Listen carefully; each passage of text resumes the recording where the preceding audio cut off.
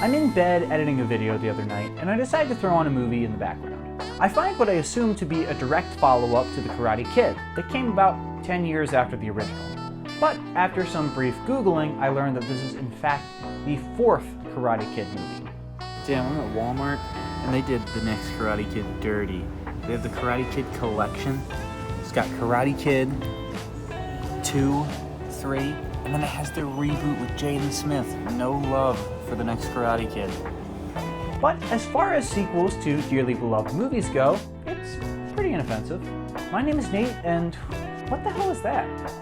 When I was 8 years old, my uncle, who was kind of a father figure in my life, got into a really bad car accident and was actually in a coma for a pretty long time. He survived, by the way. During that Christmas, he was still in a coma, but I received a gift from him.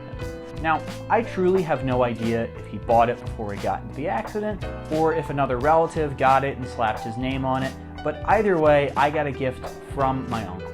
That gift was a DVD of the original Karate Kid, which I hadn't seen up until that point, and after I watched it, I really liked it. I ended up getting pretty attached to this movie that was a gift from my comatose uncle. Years later, I feel pretty confidently that regardless of who actually bought it, knowing my family, there was probably no real thought put into this gift, and it was probably just on sale at Walmart or something, and they just bought it for a few dollars as a last-minute gift. And I guess in a way, it just really shines a light on how funny sentimentality can really be. But now, let's talk about a movie that I have absolutely zero sentimental ties to. Spoiler warning! If you do not want this 30-year-old movie spoiled for you, then please do not continue with this video. But please feel free to still like, comment, and subscribe. The movie begins with a military band playing as we see a probably familiar face, that of Mr. Miyagi, pull up. It turns out that this is a recognition ceremony for Japanese Americans who fought in World War II. Well, I don't think that the lady's husband was Japanese. It turns out this is a recognition ceremony for some people who fought in World War II. Accepting this award is Mr. Miyagi and the widow of one of Mr. Miyagi's fellow soldiers. We then see the two at the widow's home in Boston, and her name is Louisa. And they're having dinner as Louisa apologizes that her granddaughter wasn't there to meet him. Just then, her granddaughter comes in and meets him, although she is kind of rude about it. The granddaughter is named Julie, and she continues to be rude to her grandmother and then grabs some meat from the fridge and then decides to leave. Louisa calls out to her to stop, but she calls her by the name of Susan. This causes Julie to stop in her tracks and fire back some important character notes. That being that Susan was her mother's name, and both her mother and her father were killed in a car accident. And then she storms out. Louisa apologizes to Miyagi, but he says that he understands. We then see Julie sneaking onto school campus and making her way to the rooftop. It's here that we learn that there's an injured hawk that she's been feeding, and that's why she needed the meat. She vents to this bird about her problems until two policemen roll up. She runs as they chase her, but the pigs are no match for her and she escapes with ease. When she gets home, however, her grandmother is up and waiting for her. And she informs her that Miyagi offered to stay in Boston and watch over Julie while Louisa stays at his place in California. Next, we see them dropping Louisa off at the airport, and Miyagi drives Julie to school. At school, we get some establishing shots of what can only be described as an elite team of hall monitors. And the adult who leads this team, who looks like a morph of Red Foreman from That 70s Show, and Jack Nicholson, while some absolute jams play. Julie, I guess, is skipping class in the school indoor garden/greenhouse while listening to music. But Ned, who is the lead student of this elite hall monitor group, finds her and more or less tells her to go on a date with him or go to the principal's office. She refuses, and he gets really up in her face until Red Nicholson decides to show up and ask what's going on. Ned procures a pack of cigarettes that he planted and says that Julie was caught smoking, and then she gets sent to the principal's office. Now, I was kind of joking when I called them an elite team of hall monitors, but when I was watching this movie again to write the script, I got to this scene in the principal's office, and he actually refers to them as the Alpha Elite.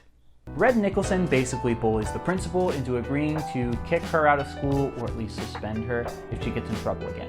Red Nicholson then sends a kid named Eric to escort her to class. While walking to class, she heads into the bathroom as he waits outside. Ned comes by to ask if there was any trouble with Julie, and Eric says no, and then Ned walks away, but not before saying, "She's mine." Eric looks into the ladies' room and sees that Julie has climbed out of the window, and for some reason he decides to go check on the roof, where he sees her with the hawk that she calls Angel. She tries to threaten him to not squeal about Angel, but doesn't really get any kind of concrete answer about whether he's going to tell or not. We then see Red Nicholson instructing his elite team, and eventually he has the students try to strike him, but no matter how hard they try, he kicks the crap out of them. Nicholson tells Eric to take a shot at him, but Eric refuses, and then Nicholson hits him, and then Eric retaliates, but Nicholson gets him on the ground pretty quickly. Then Miyagi strolls up looking for Julie, and Nicholson tells him to get bent. Miyagi lingers, however, and then drops some patented Miyagi wisdom before leaving. Julie finds Eric as he gets in his car and tries to get an answer about Angel. He doesn't tell her anything, so she gets in the car and refuses to get out until he answers her. So he just drives away with her in the car. He drives her to his job at the train yard where he does security. We then get even more character background info, as Eric said that his dad left his family and he had to get a job to make some money. But he plans on joining the Air Force Academy and is only running with the Alpha Elites to get that recommendation. Narc! Julie finally gets him to promise that he won't tell about Angel. Julie goes home where Miyagi tells her that he got all the homework that she missed and he urges her to finish it. But she storms out and Miyagi tries to chase her. She walks into the street where a car is coming way too fast to stop in time, but she jumps, safely landing on the hood and then runs back inside. Miyagi comes inside to find her and says that she did a great job jumping on the hood of that car. But where did she learn that? She tells him that her father taught her karate when she was really young. Miyagi then tells her that in the war, her grandfather saved his life. So to repay him, he taught him karate, who then taught it to her father and then taught it to her. The two share a kind moment together of understanding. The next day, Miyagi waxes his car, and then Julie comes up to him and the two make a deal that if she does her homework, he'll teach her more karate. Shortly after, she asks him to loan her some money so that she can go to the mall, but he lets her know that he took the liberty of getting her a job babysitting the neighborhood kids. After the babysitting, of course, Miyagi drops some more wisdom bombs. That night, Julie blares music to cover the noise of her sneaking to school.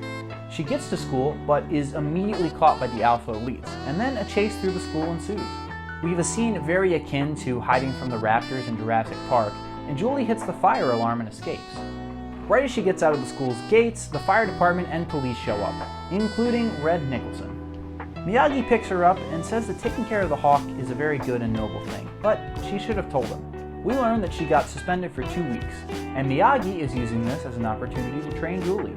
She arranges to have Eric feed Angel while she's gone, and then they head off. On their trip, they stop for gas, and a dog belonging to the owner of the gas station gets all up in Julie's face, but Miyagi calms it down. The gas station dude doesn't like this one bit and gets all up in Miyagi's face. And then he threatens to beat the crap out of Miyagi, but Miyagi beats the crap out of him and all of his buddies. And then they get back on the road. They arrive at their destination, which turns out to be a monastery. The next morning, after Miyagi meditates, they begin their training. Back at home, the Alpha Elites are training too, and Eric is being told that he has a call. And when he goes to get it, Red tells him to kiss that recommendation goodbye if he does not get back into the formation. He takes this call, and it's Julie, and the two briefly chat before Julie gets back to life at the monastery. She trains, learns, and has plenty of fun antics with the monks. It turns out to be her birthday, and before she leaves, the monks present her with a cake for her birthday, and says that she has one wish. She wishes that they'll come visit in Boston. As a gift, they do a demonstration about how fucking awesome they are by shooting an arrow at Miyagi, who catches it in midair, and then she even gets to keep the arrow. They leave, and Julie goes back to school with a great new attitude. She meets with Eric, and they go to check on Angel to find that she's not there. Ned shortly climbs onto the roof and then tells them that he called animal control, and then he and Eric start fighting on the roof. Julie breaks up the fight, but Ned says that he'll finish things with Eric eventually. We cut to Julie and Miyagi at the animal control office, where they then get Angel. Miyagi says it's time for Angel to fly, but Julie says she can't do that, she has a broken wing. But Miyagi does his special healing touch, and she flies away, and Julie learns something. Julie tells Miyagi that Eric asked her to go to a dance, but she doesn't have a dress, and she doesn't know how to dance, so she won't be going. We then see Miyagi go to a dress shop and attempt to get a dress. After that, back at home, Miyagi tells Julie that they'll be practicing karate inside tonight. He starts teaching her this exercise, and as they go along, she realizes that he's taught her how to dance. And then Miyagi gives her the dress, and she sincerely thanks him. Then the monks show up, and they hang out while Julie gets ready. Eric pulls up to pick up Julie, and he's introduced to Miyagi and the monks, and they head to the dance. While driving to the dance, Eric is such a simp that he drives the wrong way down a one-way street because he's too distracted looking at Julie. And they almost crash, but they make it to the dance safely. The monks and Miyagi go bowling and have an absolute blast. Eric and Julie are having a good time until, for some reason, the alphas quite literally bungee from the ceiling. One of them is hurt in this stunt, and Eric chastises Ned, who takes this as a challenge, and then Red Nicholson eggs him on to go finish the job. Eric takes Julie home, but Ned follows them and then breaks the windows to Eric's car. Eric then speeds off after Ned to fight at the dock. Julie gets Miyagi and they race after him. Eric gets to the dock and gets surrounded by the Alpha Elite, who literally blow up his car, and then they all gang up on him. At this point, Eric is clearly beaten, but Red keeps pushing the Alphas to keep fighting, and everybody but Ned is pretty hesitant. Julie and Miyagi arrive on the scene and try to leave with Eric, but Ned stops them. But Julie is ready to throw down. Miyagi says no. Until Eric says no. And then Miyagi says, you know what? Kick his ass. Then Julie kicks his ass, and they try to leave again. But Red Nicholson tries to get his other recruits to fight. But they all refuse, this time even Ned. Miyagi at this point says, you know what? I'm gonna kick your ass. And he kicks Red's ass. They leave as Miyagi drops some more wisdom, and the credits roll. This movie isn't terrible, but it's weird. And I wouldn't go as far as to say it's good, or really even bad for that matter.